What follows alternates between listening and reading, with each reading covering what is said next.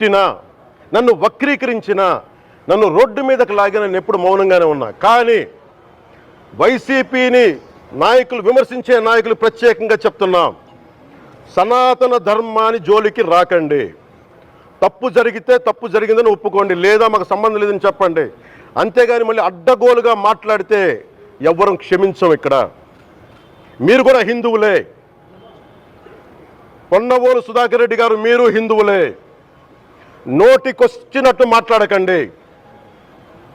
తమాషాలుగా ఉందా మీకు? సరదాలుగా ఉన్నాయా?